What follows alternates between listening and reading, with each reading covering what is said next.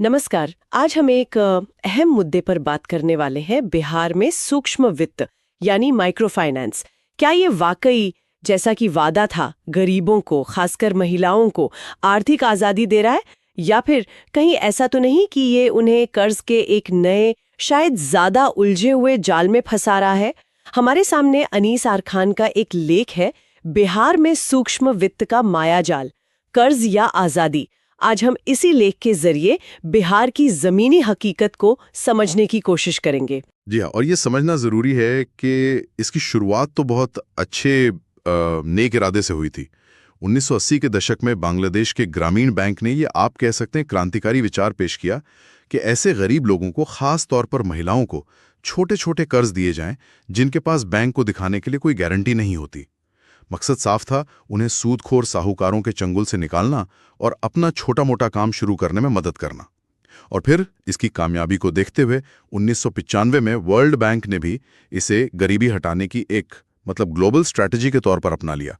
उम्मीदें तो बहुत थीं। हाँ, उम्मीदें तो बहुत थीं, लेकिन जमीनी हकीकत कई बार उन उम्मीदों से काफी अलग होती है ना? अनीस आर खान का ये लेख बिहार के गांवों में जाकर इसी हकीकत को कुरेदता है। चलिए इसी पड़ताल में आगे बढ़ते हैं, देखते हैं बिहार में ये कहानी असल में क्या है। लेख की शुरुआत होती है दरभंगा की सुनीता देवी के अनुभव से। उन्हें सरकार के जीविका समूह सेल्फ हेल्प ग्रुप SHG से 5,000 रुपए का कर्ज मिला। ठीक है, छोटा अमाउंट है पर मिला।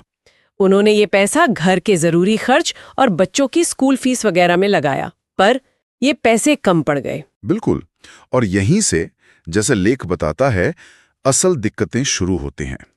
देखिए, जीविका जैसे सरकारी SHGs जरूरी हैं, बहुत जरूरी हैं। वे महिलाओं को जोड़ते हैं, बचत सिखाते हैं। पर प्रॉब्लम यह है कि उनके जरिए जो कर्ज मिलता है वो अक्सर बहुत कम होता है। वो रोजमर्रा की जरूरतें, जैसे आपने कहा, राशन, दवा, फीस, इसके लिए तो ठीक है, लेकिन उससे कोई बिजनेस शुरू करना या बढ़ाना जिससे रेगुलर इनकम हो, वो मुश्किल हो जाता है। तो ये एक तरह की, कह लीजिए, फौरी राहत तो है, पर गरीबी का जो चक्र है उसे तोड़ने के लिए काफी नहीं।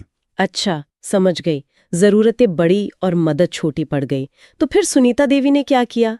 जाहिर है उन्हें मजबूरन एक प्राइवेट माइक्रो फाइनेंस कंपनी के पास जाना पड़ा, फिर शायद एक और कंपनी से लिया, और अब हालत ये है कि उन्हें हर हफ्ते 3 अलग-अलग कंपनियों की किश्त चुकानी पड़ती है।